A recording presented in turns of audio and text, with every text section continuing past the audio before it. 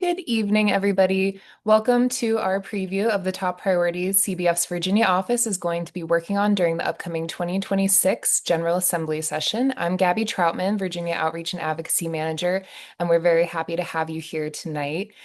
Before we dive into our main content, I did want to make sure everybody's comfortable with Zoom and highlight the Q&A feature.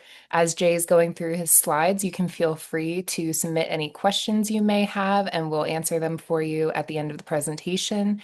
You can find that Q&A button at the bottom of your Zoom window. When you click on the toolbar, it should show up there, and you can type your questions into the text box at the bottom and hit submit. You can also upvote questions if you see a question that you're particularly interested in to help us prioritize the ones that have the most interest. And if you reserve the chat function for any technical issues you need to communicate, that's very helpful for us. uh, Jay is our CBF Virginia policy manager. He works to develop and advance clean water policies and climate change adaptation in the General Assembly and around the Commonwealth, and he works with state regulatory agencies to implement environmental protections. Before Jay came to CBF, he served as the Virginia Eastern Shorekeeper, as well as a legislative aide and campaign advisor to then Lieutenant Governor Ralph Northam. He's also currently serving as part of the Natural Resources Transition Team for the incoming Governor Spanberger administration. Jay lives on the eastern shore of Virginia, where he owns a farm with his wife and two children, and he's been part of our team here at CBF for 7 years now. Take it away, Jay. Great. Good evening, everybody. Thanks so much for joining. Really excited for this next General Assembly session. We have a brand new General Assembly. We have a brand new administration, both governor, lieutenant governor, and attorney general. So there's a whole new cast of characters. And a lot of the new folks are very excited about environmental protection. So there is a lot of enthusiasm right now. And so I'm looking forward to walking through some of our highlighted items tonight. I always offer a caveat at the beginning, which is to say we work on many, many, many bills every year. And so what we're going to touch on tonight are some of the items that we're highlighting that we think are directly responsive to the emerging science, as well as the recently signed revised Bay Agreement that was just signed on December 2nd. But there are many other topics that we'll likely look at. And so you may hear some things coming out during session, and you never control all the bills that are filed. So it is not exhaustive. And if you have questions about things that are not on here, we're happy to talk about them during Q&A as well. The other thing that I want to note as we're getting started is that today is what is lovingly known as Budget Day. And that is when the governor presents their budget. And so this morning we were up in Richmond for the presentation from Governor Youngkin to the joint money committees. And as this is Governor Youngkin's last year in office, this will be his last budget, last opportunity to sort of put his imprint on Virginia priorities. I think I want to note that as he is the outgoing governor, the budget is likely to change significantly, but it is sort of a starting point. And for Bay priorities, it was a bit of a disappointment. We saw agriculture, wastewater, and stormwater all fall short of the needs assessments after a number of years of fully funding the ag needs assessment. Additionally, we saw some really puzzling changes. One I would highlight, because we're going to have to work hard to make sure it gets reinserted into the budget, is they completely removed the Virginia Conservation Assistance Program. And this is a program that we're going to talk about a little later because it has been wildly successful, but today's budget zeroed it out entirely. And so obviously some concerning items. You'll probably hear in the next couple of days a bit from us on what we'd like to see changed as we get towards General Assembly session. But since that happened this morning, I just wanted to flag it at the top of our discussion. All right, let me get us moving. So we're going to start with fisheries as one of our most popular areas. We have a number of bills this year in the fisheries area. One is what we're calling the Fisheries Climate Adaptation Plan.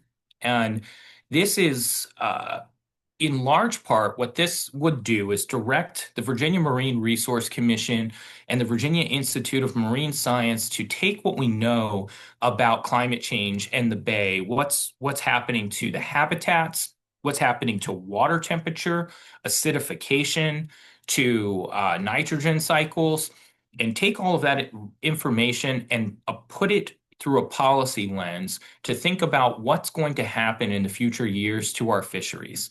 And there's a number of things that are already happening in Virginia. For a couple of what we would consider somewhat positive is we have a shrimp fishery in Virginia now. A couple of years ago, that was unheard of.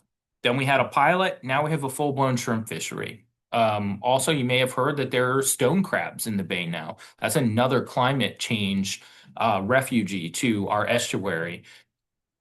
On the less exciting side, we're expecting an influx and eventually a permanent population of things like bull shark. So, win some, you lose some. But the important part is that this plan would get us thinking about those changes and what we need to do today in order to get ahead of it.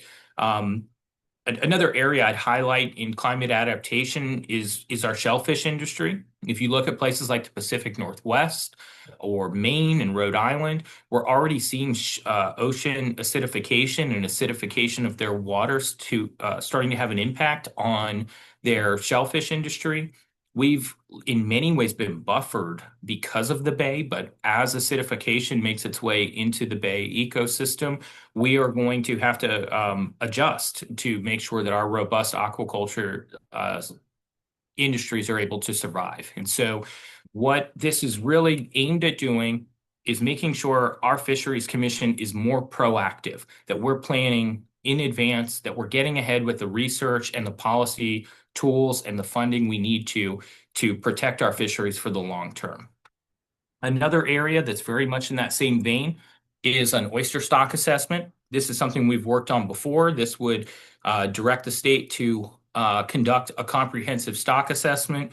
And this would help to make sure that when we're making decisions around the oyster fishery about where to apply resources to do restoration work, that we would have a better sense of how we can get the highest return on investment for our dollars. So again, this is really about helping modernize the Marine Resource Commission to get them in a posture where we can make more proactive management decisions on our fisheries and less reactive.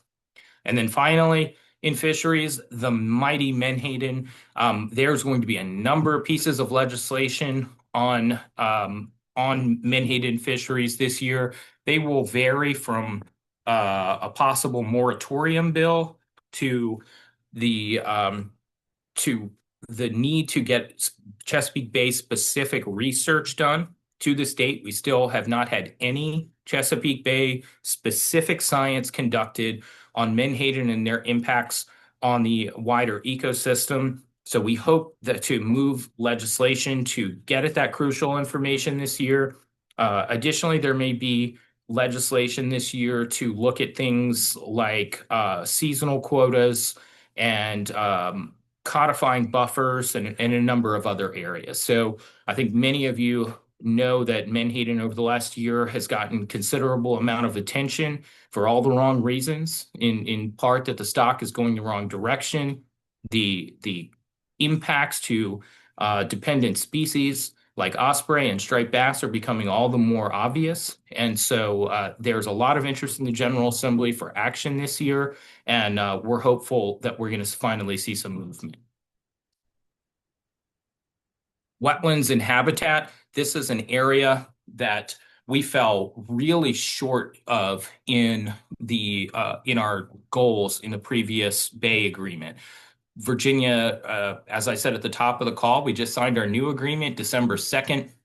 We have strong wetlands targets again, and we want to go ahead and get a jump on them right out of the gate. And so we have put forward a number of bills that would help us with the creation and protection of wetlands, as well as the creation and protection of other crucial ecosystems within the bay. So the first I want to mention is the idea of wetlands migration corridors. So many of you know sea level rise is a major threat to our wetlands. And the biggest threat is that wetlands will naturally move up the shoreline as water as the tide puts pressure on them. And if sea level rise, it becomes too aggressive. If the timeline is moving too quickly, then the water can overcome the wetlands and they can essentially drown in place without being able to migrate during that time span. The the issue being that there are areas where they can migrate, but we oftentimes build behind them. We put a structure, we elevate the uplands, we put a house. So are limited places where the wetlands actually can migrate in the face of sea level rise. And as that is the biggest driver of wetlands loss, identifying those places where they can migrate and then protecting that upland. So as sea level rise pressures continue, they'll have a place to move is one of the most effective ways we can actually protect wetlands in Virginia. So Virginia has a conservation tool. It's called Conserve Virginia, and it is a GIS tool that looks over the whole state and helps identify those highest value lands to conserve, be it for water quality or pressure from development, or forest quality. There's a number of other categories that they think about when the state is considering acquisition of lands for protection. What we're asking in this legislation is that they would think about wetlands migration corridors as well. So when they're making land easement and acquisition decisions, we might be able to capture some of those lands that would allow wetlands to migrate over time rather than drown in place.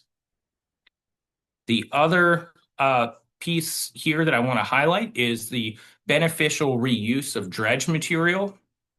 Um, Dredge is when you go out with, basically a crane that can reach into the water and scoop up material from the bottom. This is largely used for navigational purposes, but there are a couple other reasons to dredge. And a lot of this material is good. It's good sand. And we take it in oftentimes and we either take it out in the ocean and we dump it overboard, or in some cases it's taken to parts of the bay and dumped overboard. In some instances on grounds where there are blue crabs hibernating over the winter. And the real issue here is that dredge material should be considered a natural resource. If it's the right material, this has value. It has value to us for protecting shorelines, helping to build them up. It can be used for the creation of SAV beds.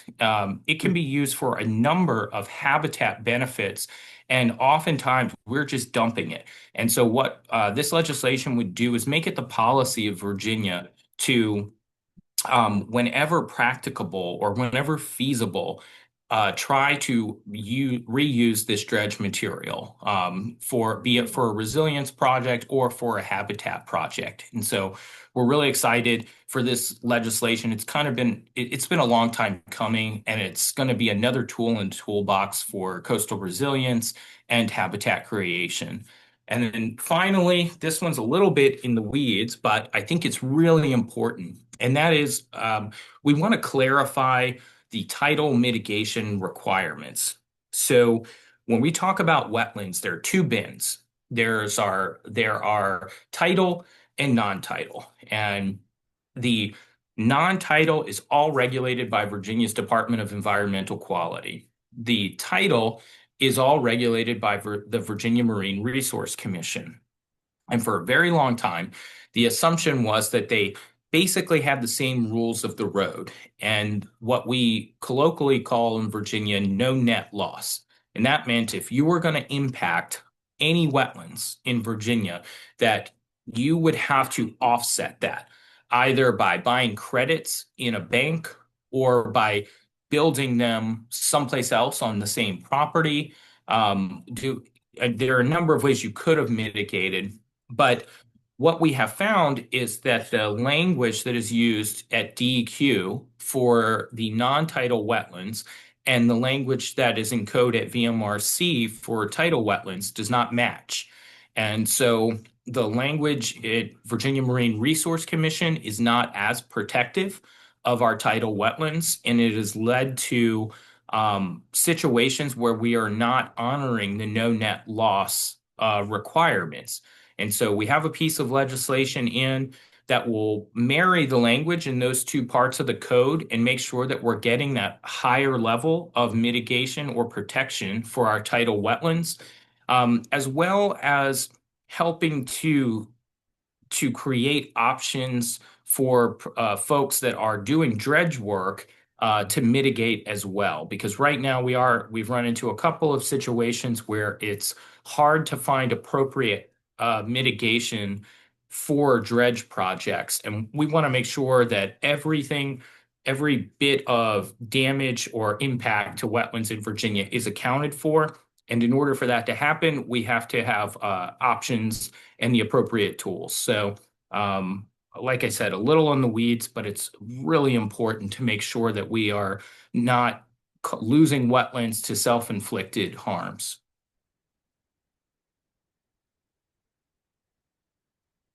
This is a perennial ask, but in light of today's budget, it is a really important one.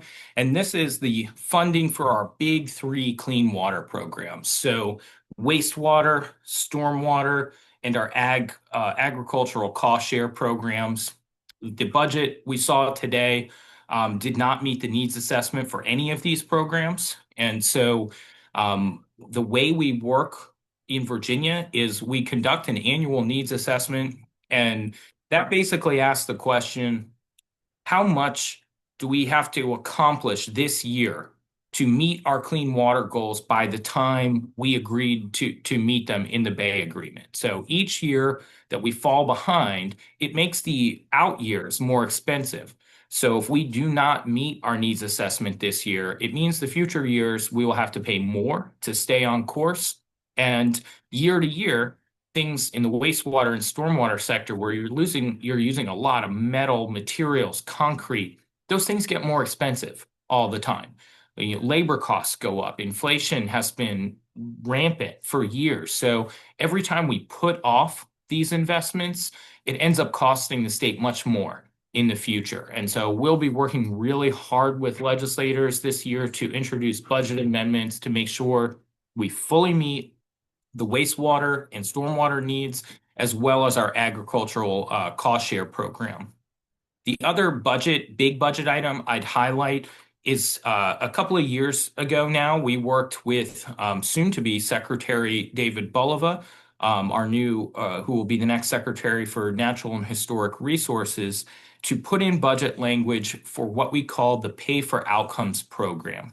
And what this program does is it sort of turns the traditional thinking about our clean water funding programs on its head, particularly in the ag sector. So when we fund ag cost share practices, we model those impacts. So we have this big model, and it says if you do X number hundred of acres of cover crop, you will reduce X hundred pounds of nitrogen.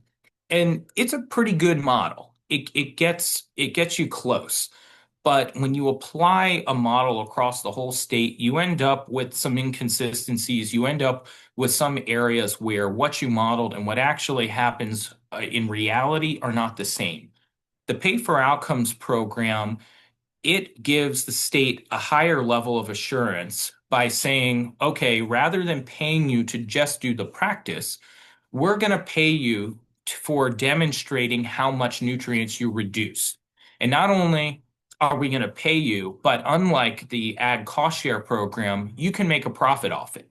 So if you are a farmer or a practitioner or a company that works with landowners, you can come to the state and say, I have this great idea for how we can reduce nitrogen or on this site, and I can do it for a lower cost, and I can do it with an innovative technology. And this program can fund you to do that, and then you will demonstrate that the nutrients have been reduced, and you can actually make a profit off it. So it introduces market factors into nutrient reduction for really the first time, where we have traditionally just said, we'll pay you to cover the costs. And now we're saying, we'll pay you a profit if you can actually do this in a way that we have a high level of assurance and is driving innovation for more reductions. So the pilot program had $20 million. We got almost $120 million in really great applications. So the program was out of the gate a tremendous success. And some of these programs are already putting practices on the ground and have already started the process of reducing nutrient pollution to the state. We are really excited about it. We'd like to move this from a pilot program and get it into code. So this becomes a permanent part of our pollution reduction portfolio here in the state. And so we will be working with members to both put this into statute and then to put additional funds into this moving forward. This is toxics and emerging contaminants. This is an area that has just gotten an incredible amount of deserved attention over the last couple of years. And Virginia has taken some baby steps, but we have not really made meaningful progress on either PFAS or microplastics. So I'll take a step back for a second and just say here what the issue is. So PFAS or PFOS, sometimes these are called forever chemicals. Um, we have known for a while now that they are aggregating in our environment. That is why they're called forever chemicals. They don't break down on their own, so they tend to continually accumulate.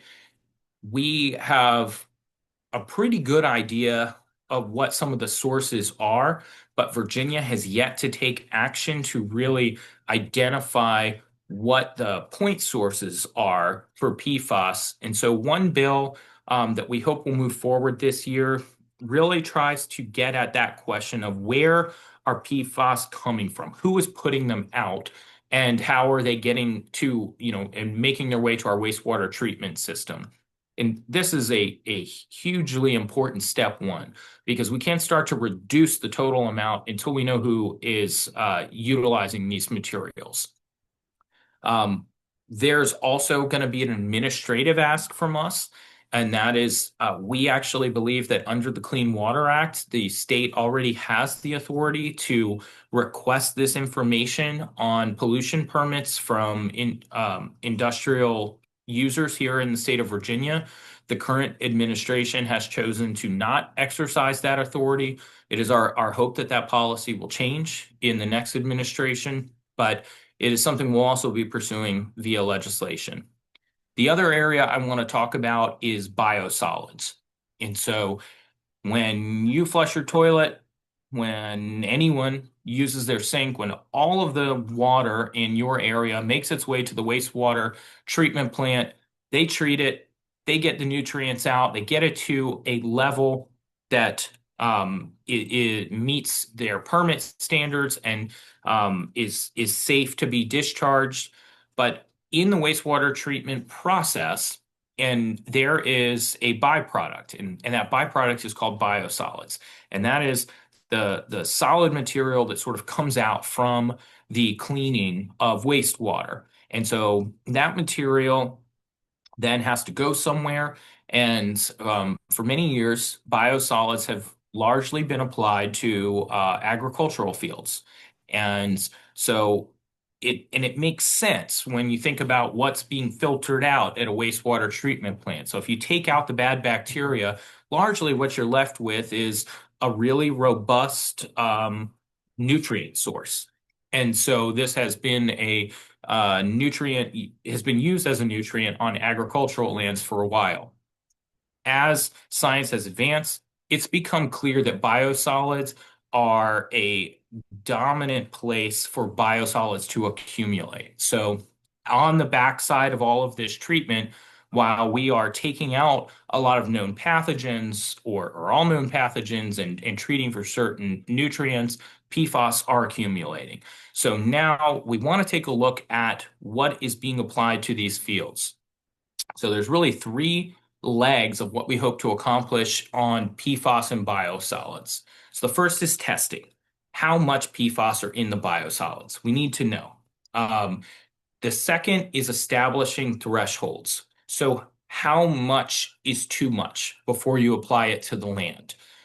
What is the amount that presents a risk to that landowner, to the aquatic environments that surround it?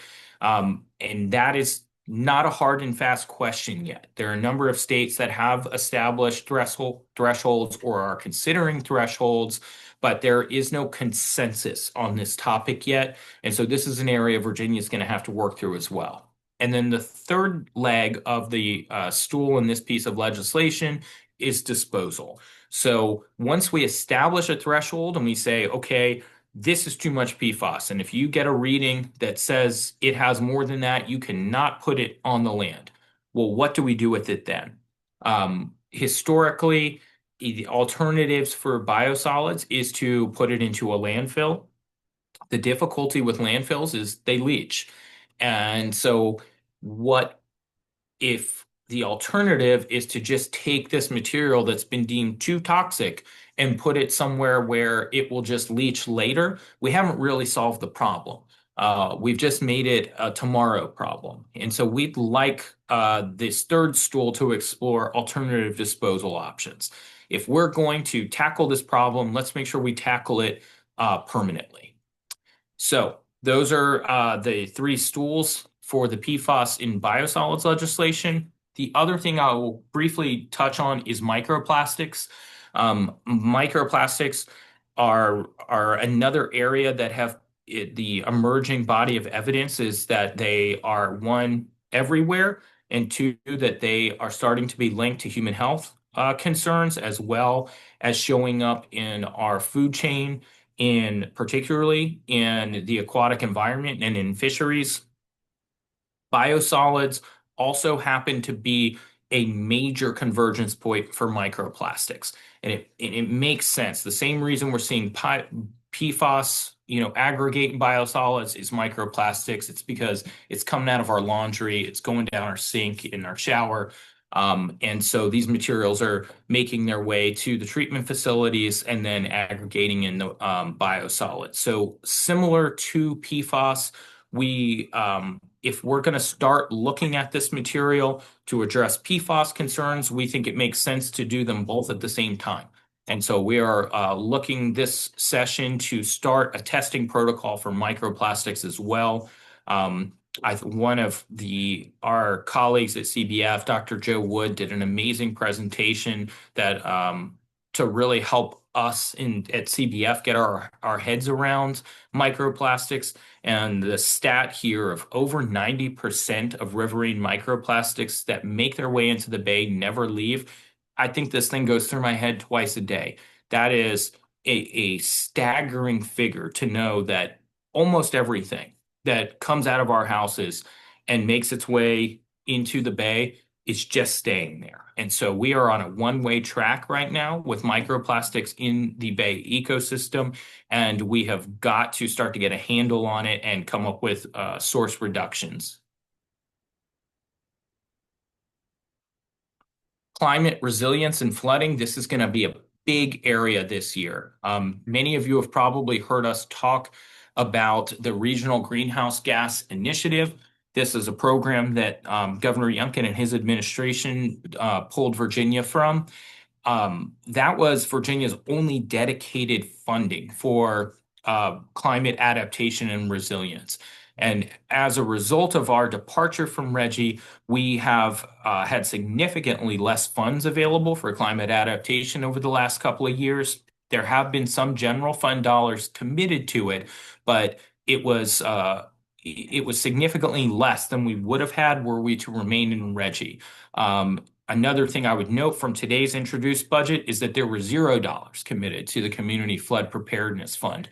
So while we do anticipate that the next administration is going to try and rejoin the Regional Greenhouse Gas Initiative, that does take a little bit of time. So with the proposed budget zeroing out the Community Flood Preparedness Fund, we are likely to see a gap in funding for resilience projects, which is one of those areas where you have got to keep your foot on the gas. Every dollar committed to resilience saves Virginia $13 in disaster recovery. And most recently, the Chamber of Commerce came out and said every dollar committed to resilience can protect $33 of economic development on the backside. So it is one of those areas where the sooner you can make the investment, the better for the state. And so we will be working with legislators this year to come up with stopgap funding for the Community Flood Preparedness Fund while Virginia is going through the process of getting back into RGGI. Another area I'll touch on is what's known as the Resilient Virginia Revolving Loan Fund. It's a mouthful, but this fund, it was developed as a natural complement to the Community Flood Preparedness Fund, which, as the name suggests, that one's focused on communities.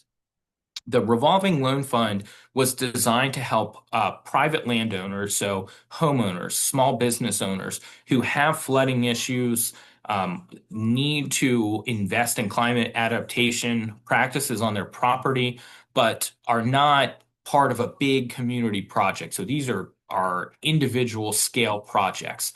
And so the goal of this fund would be that localities can pull down a sum of money and then they would administer this revolving loan fund. So people can go and say, I need to put in a living shoreline, or I need to put flood vents on my building. And they would be able to get a loan, very low interest, do the work, and through the repayments, the locality would be able to conduct more projects. So great idea. We've not seen a lot of adoption, though, by localities. And so we did have conversations with localities over the last summer to basically say, hey, how can we make this more attractive? We got mixed feedback. One thing was this is a loan, and the federal government had been doing a lot of grants. The Community Flood Preparedness Fund is also a grant. So no surprise there. They prefer free money to a loan. But another thing we heard is that localities are absolutely strapped when it comes to staff time and resources. So one of the thoughts for legislation this year on this bill is that we would open this fund up to third-party administration. So local nonprofits, NGOs, community groups, they could help the locality administer the funds to get these practices on the ground and alleviate the administrative burden. Another change in our proposed legislation this year is to bring this revolving loan fund in line with Virginia's resilience principles, which include a priority on nature-based design and green infrastructure, and a priority on equity and making sure that we are not leaving people behind in climate adaptation. A number of federal funds put a prioritization on tax base only, and that has been a historic issue with how federal projects are awarded. And Virginia, from the get-go, has said we are going to make sure that our programs are designed more equitably so we are not leaving low-income communities behind, so we are not leaving low-income individuals or behind either. And that is a something I think we should all be really proud of, and something that we want to carry into these other programs as they've come into creation. And so those will be two changes to the revolving loan fund this year. Additionally, I talked about this at the top, but I'll mention it again. We we think the Virginia Conservation Assistance Program, or VCAP, has really been it's I don't think it has been a tremendous success, period. This program is wildly popular and it is overprescribed. And so the 4.5 million that was in VCAP, they blew through that this year, in large part because they are putting living shorelines on the ground across the state. And VCAP has been one of the main drivers to make sure that these projects are cost effective for homeowners. It is This is an area where we are going to be working with members to try and get an increase to the base funding to either $7 or $8 million. That is the predicted amount to sort of keep pace with the demand at this point, which again is why it is absolutely shocking that this program was zeroed out today in the governor's budget. And so we will be redoubling our efforts to make sure the new members and the money committee staff all understand just how important this program is and how impactful. Oh, sorry, I don't know what I did there. Another priority area for this year is going to be tree canopy. This is always a key area for us because Virginia is going the wrong way. This is another target within the Bay Agreement. It is one that Virginia fell not just short, similar to wetlands. This is an area where we had a target to increase and we went in the opposite direction. We lost tree canopy during the last couple of years, and so we are going to be redoubling our efforts.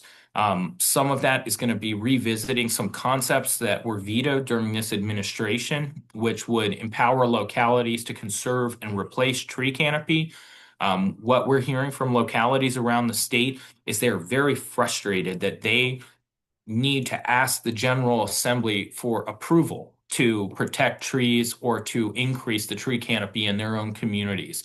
And we agree with them. That is a untenable position. If your community has heat island issues, if your community has stormwater issues, if your community just likes trees, you should be able to protect them, to increase the canopy, and to set your own guidelines. And because of our Virginia's Dillon Rule status, if you want to do that, you have to go ask the General Assembly, and we think that is unworkable for Virginia's tree goals. And so we'll be working with Delegate Hope once again, who has been an absolute champion on this issue, to empower localities to have more authority to control tree canopy within their jurisdictional bounds. Additionally, we're going to be working a couple of budget items to backfill cuts on the federal level. So there were cuts to Department of Forestry, urban and community forestry positions.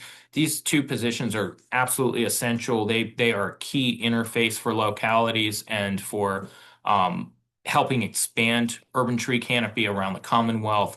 We think it is in the state's best interest to make sure we can hold on to those positions. And so we're asking budget committee members to backfill those positions in the wake of federal cuts. Environmental education is also going to be a huge priority for us this year. Virginia unfortunately, out of all the Bay states, we invest the least in environmental education. And that is despite truly reams of data that show the benefits of environmental education, not just to some of the obvious things like making folks environmental stewards or giving them a passion for their natural resources, but to education values that the state is trying to prioritize. So things like critical thinking and success in STEM are all tied very strongly to these environmental education experiences. And so investing in this area really has huge dividends across the state, not just in a natural resource conservation, but in education as a whole. With that information in mind, it's very frustrating that Virginia only commits $250,000 a year to environmental education, ends up being around 30 cents a student, while Pennsylvania and Maryland's investments dwarf ours. I don't like that I'm competitive, but I am very competitive, and I want Virginia to be investing in our students at a higher rate than Maryland and Pennsylvania, and then they can chase us. And I think that's a great race to be in. So we have told legislators that our goal is for Virginia to be number one here. And so for the next couple of years, we're going to be working with them to bring a graduated approach to grow our environmental education program from 250,000 where it currently stands per year to 1.5 million per year and to eventually get to 3 million per year or 6 million over the biennium, which would finally put us somewhat closer to level footing with the other Bay states. And as we go into the future, hopefully, we'll make sure our students have the most robustly funded environmental education program. Another area that members are really excited about and we're thrilled to work with them on is environmental justice.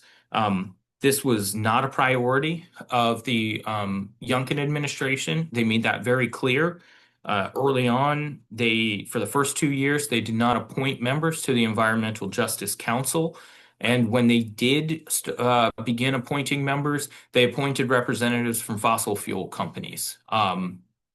It it was a very unfortunate approach to environmental justice, which I understand it as a buzzword in politics, but at core, what environmental justice means is that you're just not creating an unfair situation where you are putting a disproportionate amount of pollution on one community versus another. It's a question of basic fairness, and it was very disappointing to see the treatment of Virginia's Environmental Justice Council over the last couple of years. So one of the top priorities is going to be reinvigorating the Environmental Justice Council. There'll be a focus on quality candidates to join the council, but there's also a discussion and potential legislation right now about how the council can be elevated to make sure that they're a meaningful participant in conversations around major pollution permits in Virginia, to make sure that the council has the resources they need to reach the communities that need to that deserve to be heard from them, and to make sure that they have the independence that an environmental justice council needs in order to be an effective watchdog on your permitting agencies. So expect a lot from that, both in the legislative session as well as on the administrative front. Additionally, we're expecting legislation that would do two things. One is increase the pre-application outreach. So what that means is, say I want to build a whatchamacallit factory, and it's going to have a certain amount of air pollution, and then there's probably going to be a pipe that's going to be a point source for water pollution. I would have to go get pollution permits from the Department of Environmental Quality. What this legislation would do is say, before I can file my permit and say I want to put X pounds of air pollution and X pounds of water pollution, that I would need to go to the community and tell them what I propose to do and say, hey, I'm going to build whatchamacallit factory. Here's what pollution would come out, and there would be an opportunity for the community to offer feedback and say, you know what, we really think you should know that that's a really important park to us next to it. That is not a good place for pollution, or our community already has X amount of polluting industries we can't really handle anymore. There'd be an opportunity for feedback. And right now, that is not there.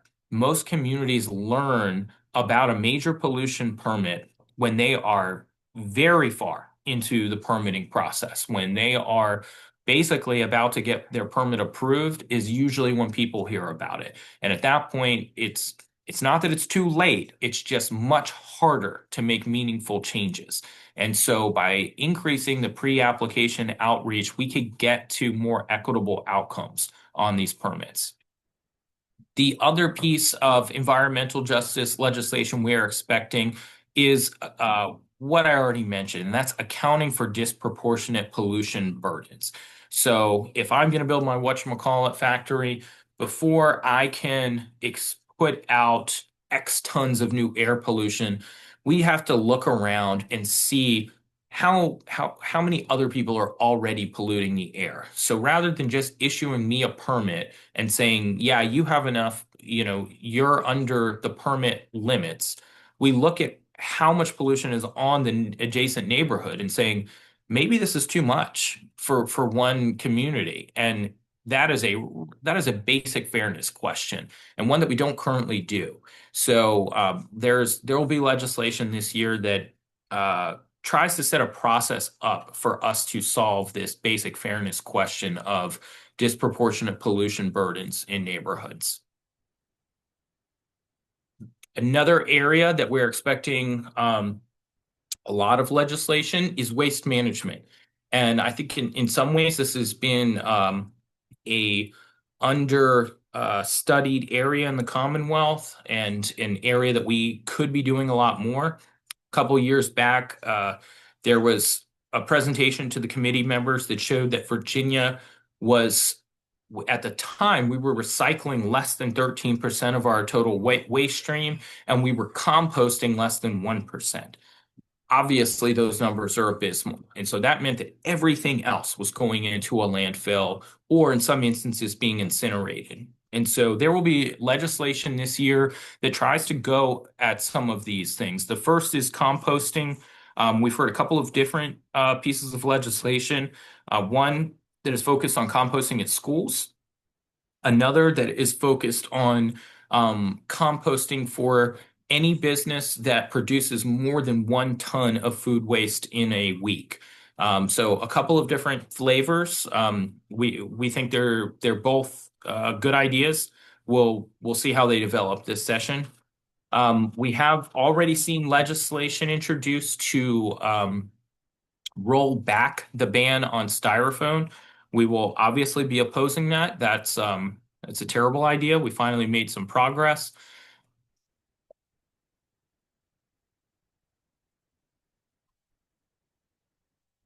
Hmm.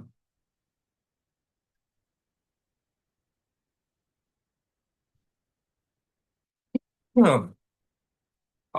Apologies. Hmm.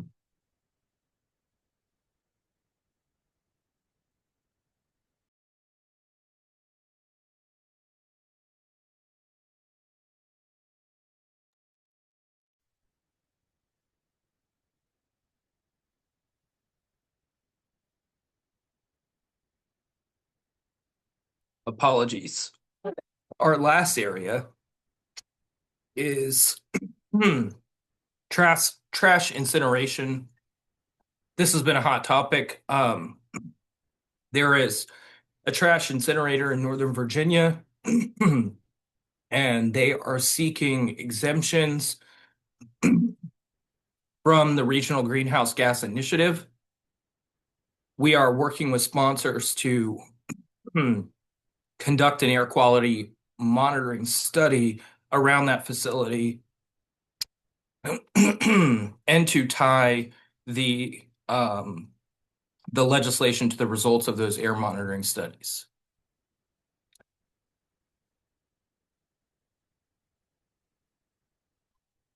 The last item is the cutest item, and that is protecting the diamondback terrapin. This is what we have a specific category for this in Virginia. It is not endangered, but it basically means endangered. And it is on our state wildlife plan as a species that is at high risk and that we need to protect. Unfortunately, they are often caught in Virginia in crab pots. And in those instances, they can drown. So what we are doing is working with we have legislation with VMRC and VIMS that would create protection areas for terrapin. That's an area where they are known to be found, and it would require the usage of what are known as TEDs or turtle exclusion devices on the recreational and personal crab pots within those terrapin protection areas. So we can help save these adorable folks from drowning in the crab pots. Okay. Sincere apologies for my coughing fit. I'm going to drink water and then I'm happy to do questions and answers. And you can feel free to pop any questions that you have into the Q&A. I also have checked the chat and don't see any that showed up there. So we will wait and see what pops up in our Q&A box.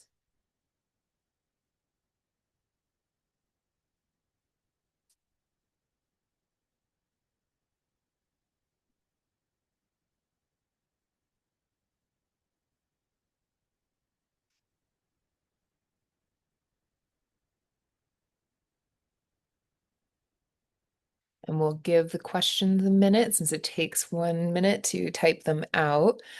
We have a question from Sean. On the terrapins, is there a specific environmental aspect that they enhance?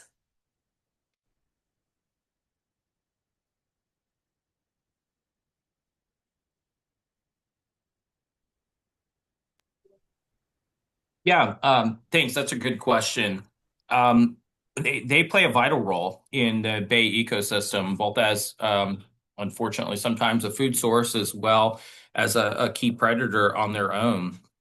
Um, and so beyond their role in the food web, no, I think they're adorable, but that's their primary role. Our next question is from Lauren. She asked for the PFAS detection bill. How will it be different than current legislation? Governor Youngkin vetoed a PFAS monitoring bill last year because it was considered redundant.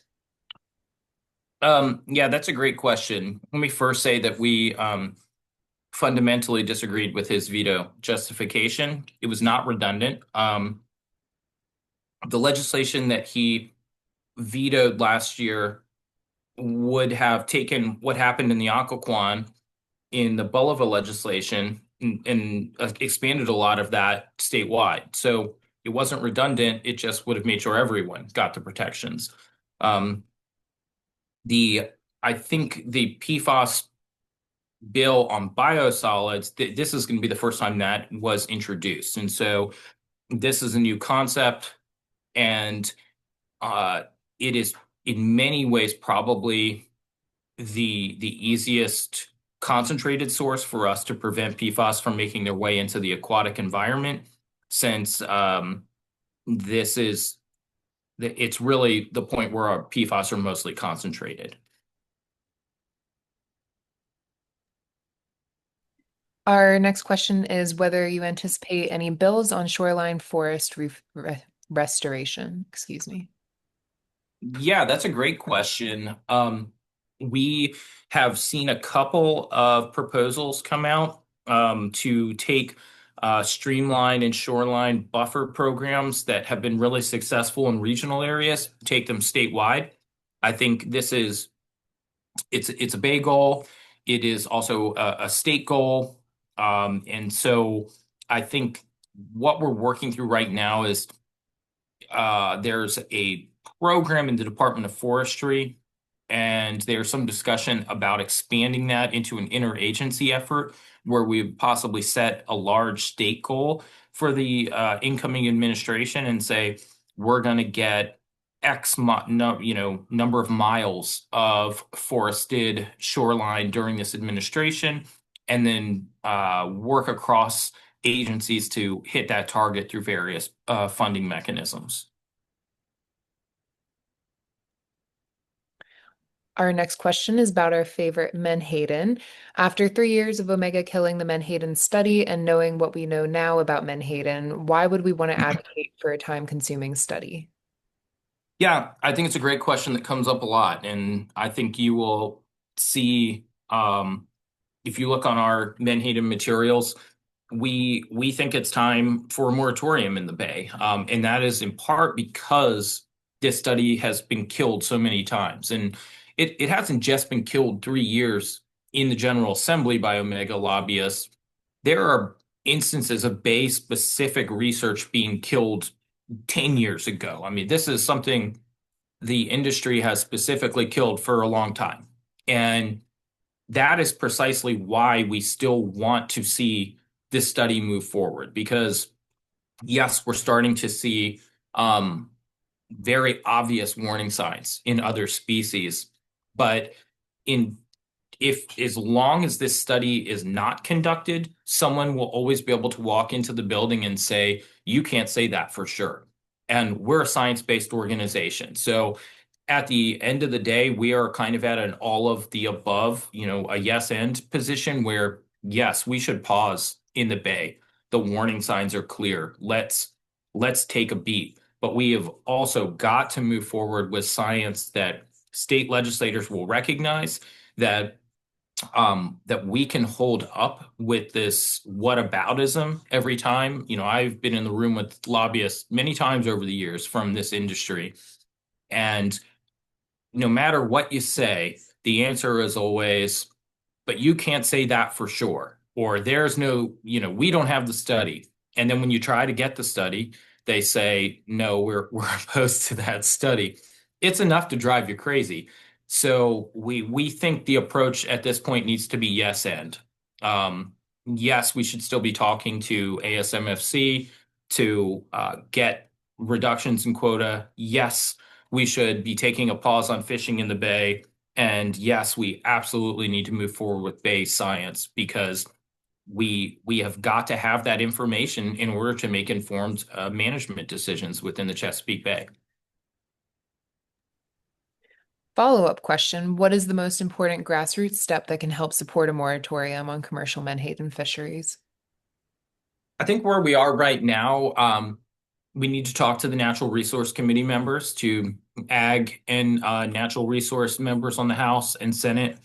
Um, they're they're going to be the ones that hear the potential legislation this year, and they're the ones that need to know um, how big of a concern this is and how many people are worried about it. So those would probably be my primary targets. The last couple of years, folks have worked really hard to keep this issue from getting a public hearing. I think we are, in addition to the substance of the legislation this year, we are also laser focused on making sure this issue doesn't get swept under the carpet. We need to have a public conversation on it. And that is because when you lay out the facts, they're really clear. And so we want to make sure that everyone, the public, that the full membership of the committee, not just one or two people who are trying to prevent it from coming forward, all have to hear from folks and have to hear the facts of the matter because it makes the case we think the case is pretty self-obvious once the facts are on the table.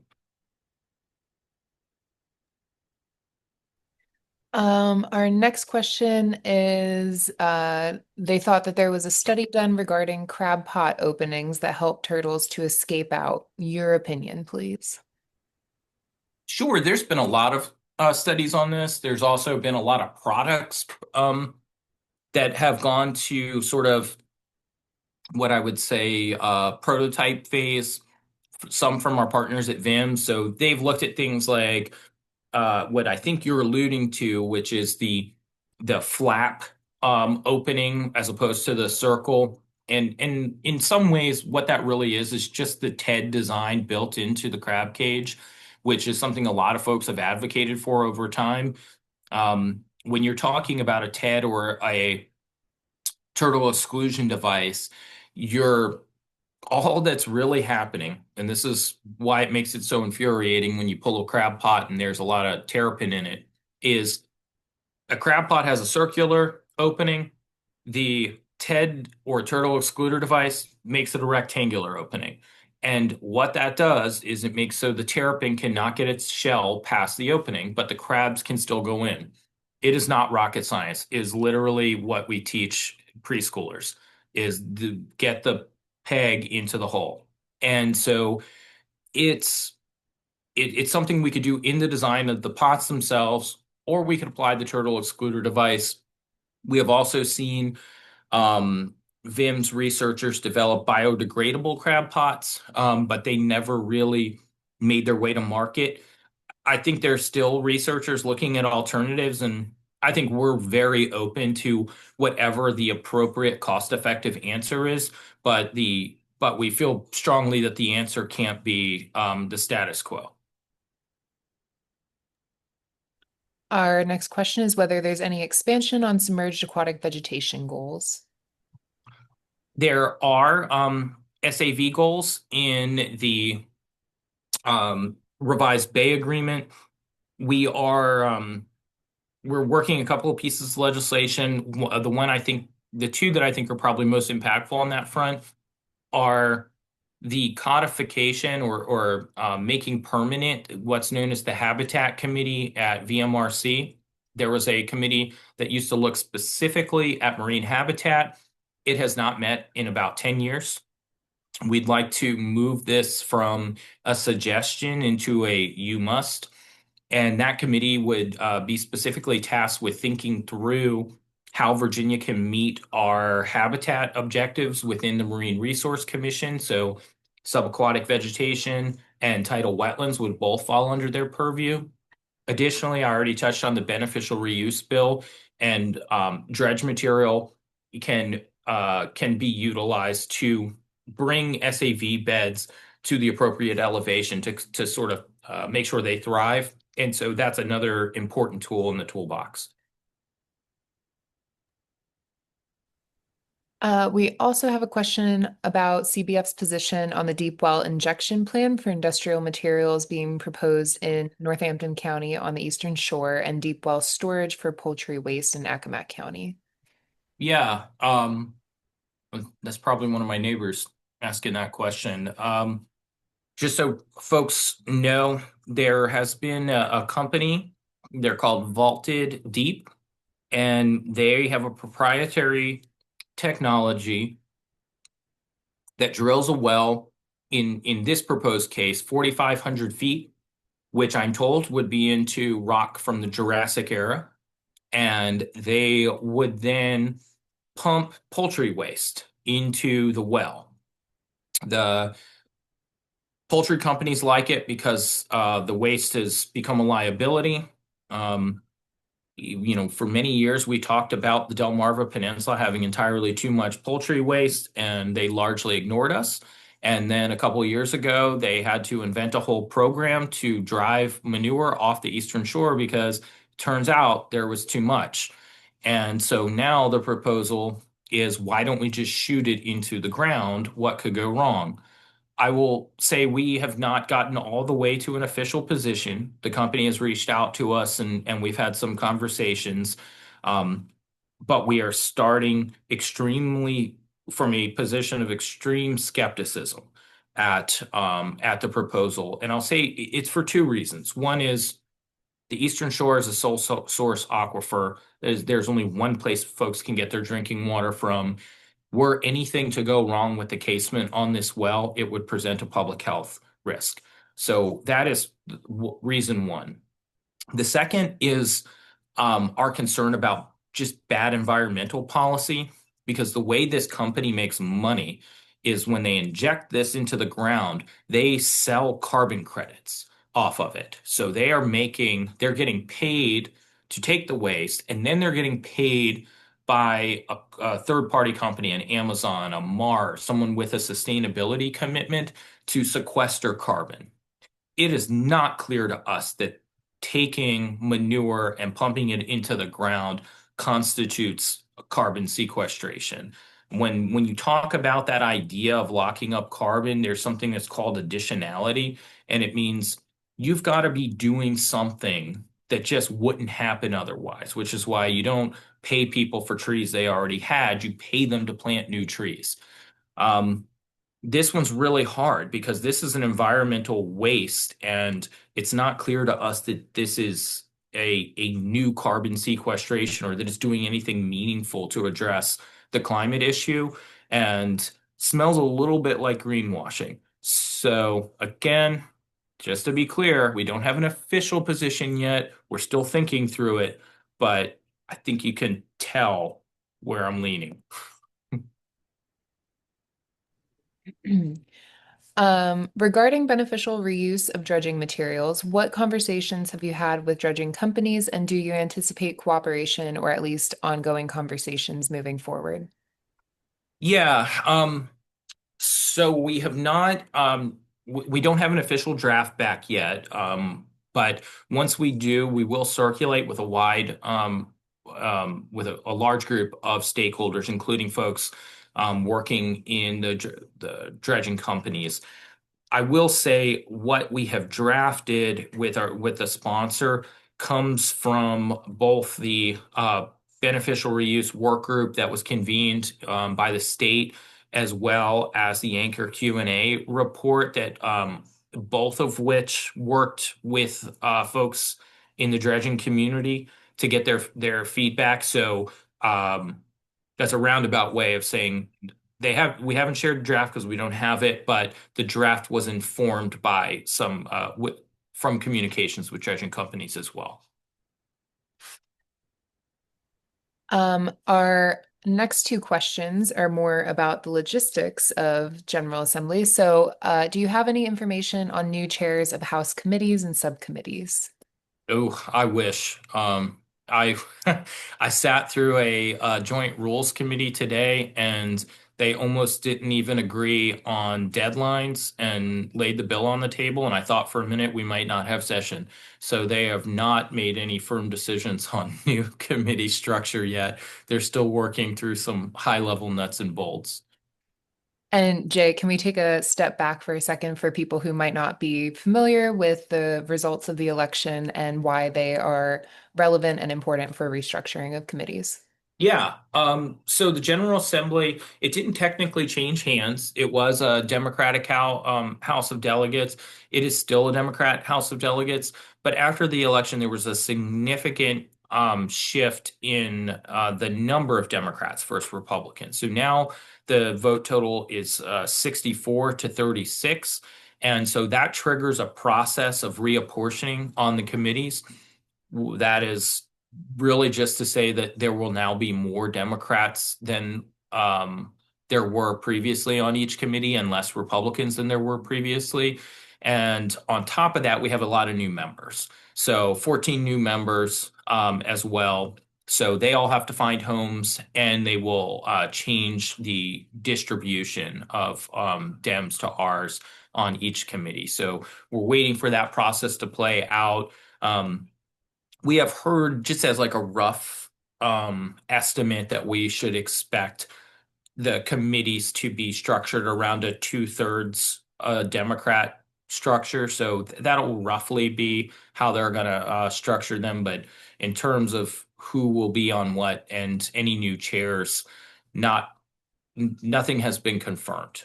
But as folks are aware, or may be aware, we so far have seen two members of the House pulled to serve as secretaries in the incoming administration.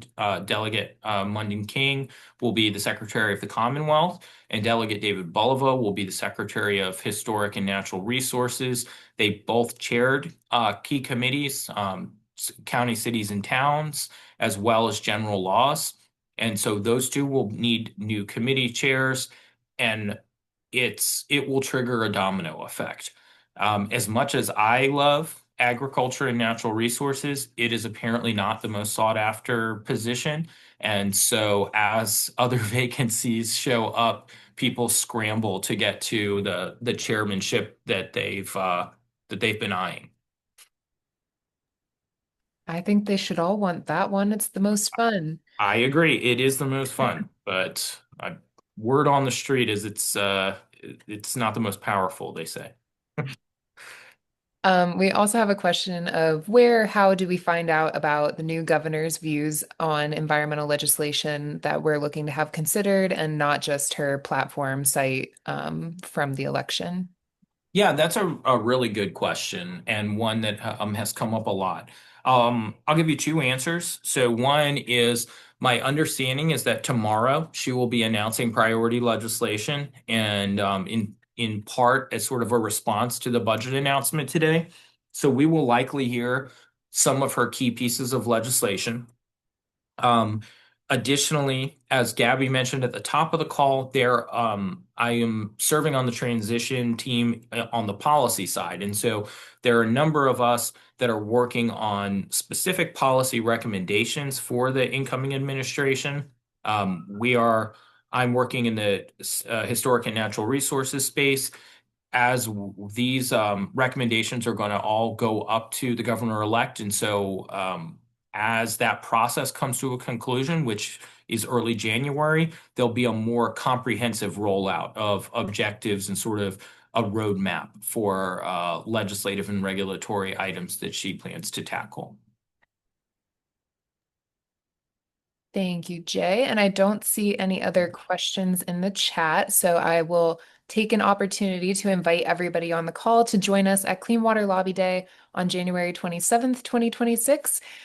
We will be meeting our legislators at the General Assembly. And as Lisa Renee just put in the chat, we also will have a charter bus from the Hampton Roads region. So if you're traveling from Virginia Beach in the Hampton Roads area, we'll have two spots where you can get picked up and not have to worry about transportation and parking to get to Richmond. But it's a really wonderful opportunity, especially if you haven't participated in a lobby day or lobbying your legislators before, since we partner you with others from your district so that you have a team to go into those meetings. And we do everything we can to prep you beforehand, that we provide fact sheets. We host a Zoom session the week before to go through all of the bills in much more detail, since we'll have actual bill numbers and patrons and clear details by that stage. We also will have a lunch available on the day of, and we will take care of scheduling your meetings and all of the logistics for you. So we try to make it as simple as possible. I do see a question about bus information. If you are interested in joining the bus, there is a portion of the registration form when you get to that point that you can add a ticket onto your registration to indicate that you would like to join the bus. So if you have any follow-up questions, I'll also pop my email in the chat here, and you can feel free to shoot me an email and I can answer any questions you might have. But I don't see any other questions in our Q&A, so I think that we've answered all of them for the evening. Thank you so much, Jay. There's lots of appreciation in the Q&A. So with that, thank you everybody so much for joining us this evening, and we will send out a recording of this afterwards as well so that you can go back and view it again or share it with anybody that might be interested. Have a great evening.